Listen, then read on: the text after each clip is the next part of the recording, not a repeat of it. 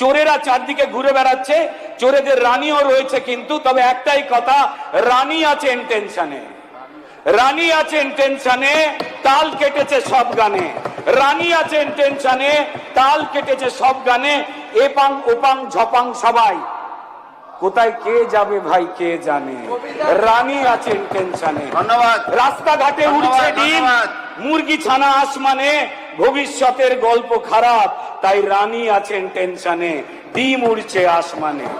নমস্কার, ধন্যবাদ।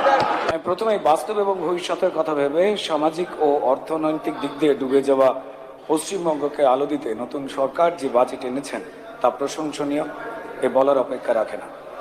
ধন্যবাদ অর্থমন্ত্রী ডক্টর স্বপন দাশগুপ্ত, ধন্যবাদ মাননীয় মুখ্যমন্ত্রী শুভেন্দু অধিকারী মহাশয়। আমি সংস্কৃতি নিয়ে কথা বলবো, তবে সংস্কৃতি মানে শুধুমাত্র নাচ গান তবলা অভিনয় কবিতা এসব নয়, তার সঙ্গেও এটা বলতেই হবে যে সংস্কৃতি মানে রুচি, সংস্কৃতি মানে অভ্যাস, পরিচয় বা ধারাবাহিকতা। আমি হাওড়া শিবপুরের বিধায়ক। সেই 500 বছরের পুরনো হাওড়া শহরকে এর আগে সরকার শুধুমাত্র দুর্নীতি করে জঞ্জালের শহর বানিয়ে রেখে দিয়েছিল, তা আমরা সবাই জানি। রাস্তা ঘাট, নিকাশি ব্যবস্থা, স্বাস্থ্য পরিষেবা সব দিক দিয়ে সবটা বেহাল।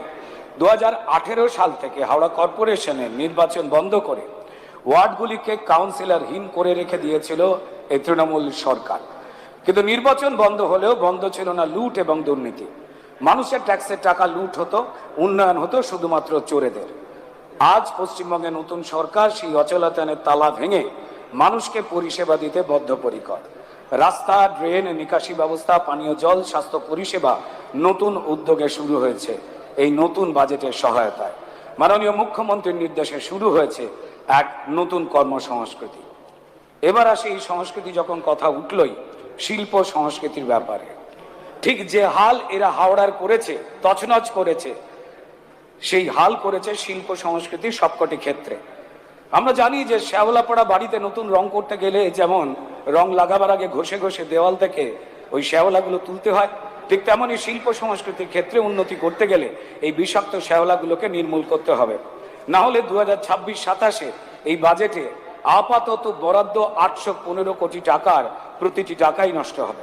মাননীয় স্পিকার, শুধুমাত্র সিনেমা, থিয়েটার, যাত্রা, সঙ্গীত, নৃত্য, চারুকলা বা লোকশিল্প নয়, শিল্প মাধ্যমের সবকটি ক্ষেত্রেই তথ্য সংস্কৃতি দপ্তরের এবং এই সরকারের কড়া নজরদারির মাধ্যমে অর্থ খরচ প্রয়োজন বলে বিশেষভাবে মনে করি।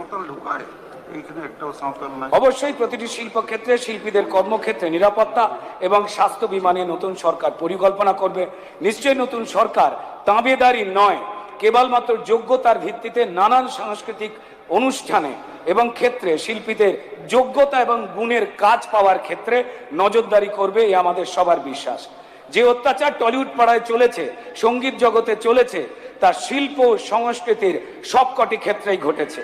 অধিকাংশ ক্ষেত্রে শিল্পীদের বা শিল্প গোষ্ঠীকে অনুদান বা সাহায্য পাইয়ে দেওয়ার নামে ভুয়োদের তালিকা দিয়ে লুট হয়েছে কোটি কোটি টাকা। ঠিক যেমন আবাস যোজনা সমেত নানান যোজনায় লুট হয়েছে। একটা উদাহরণ দিই, বাংলায় প্রায় 10 লক্ষ কীর্তন শিল্পী আছে। সবাই একটু মন দিয়ে শুনুন, বাংলায় প্রায় 10 লক্ষ কীর্তন শিল্পী আছে, ছোট বড়। তাদের মধ্যে প্রায় 5 লক্ষ শিল্পীকে দিয়ে 2016 সাল থেকে মাসে 4000 করে একটা অনুদান দেওয়া হতো। তাদের কাজ ছিল আগের সরকার এবং আগের মুখ্যমন্ত্রীর গুণগান করা, পথে ঘাটে ঘুরে। মজার কথা, এই 5 লাখের মধ্যে 2.5 লাখ শিল্পী ছিল ভুয়ো শিল্পী, এবং তারা ছিল এর আগে সরকারের তৃণমূল কর্মী। যারা শিল্পী নয় তারাও এই সরকারের টাকা খেয়েছে। আমি জানি না আমাদের এই সদনে ওদিকে সেই শিল্পীদের মধ্যে কেউ কেউ বসে আছেন কিনা, হিসাবটা দিই কত টাকা চুরি হয়েছে। জলে গেছে 2.5 লাখ ইন্টু 1 মাসে যদি 4000 করে হয়, তো তাহলে 10 কোটি টাকা মাসে, মানে 120 কোটি টাকা বছরে।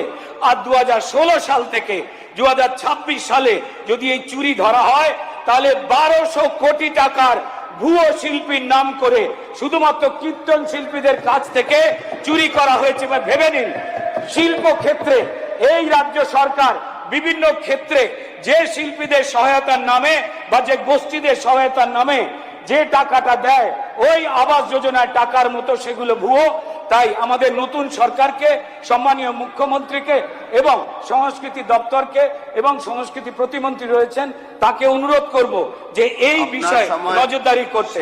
তবে হ্যাঁ, এই ধন্যবাদ, জাস্ট সামান্য সময় শুধু চেয়ে নিচ্ছি যে চোরেরা চারদিকে ঘুরে বেড়াচ্ছে, চোরেদের রানীও রয়েছে, কিন্তু তবে একটাই কথা, রানী আছেন টেনশনে, রানী আছেন টেনশনে, তাল কেটেছে সব গানে, রানী আছেন টেনশনে, তাল কেটেছে।